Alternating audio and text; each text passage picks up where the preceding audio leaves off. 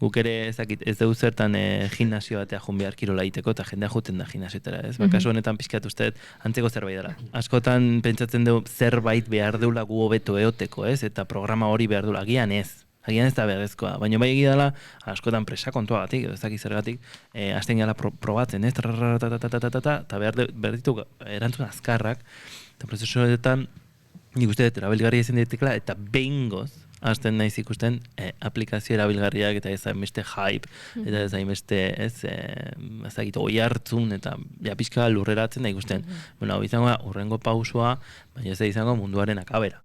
Ikeako horrelako altzari bat montatzen ari zarenean arotza ezea, ez? Baina montatzen duzu, ez?